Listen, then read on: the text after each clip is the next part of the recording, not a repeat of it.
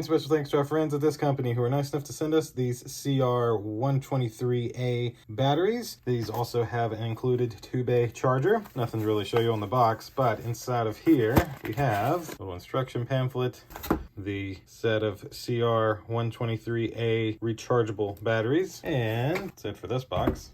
This should be the charger. So open this on up.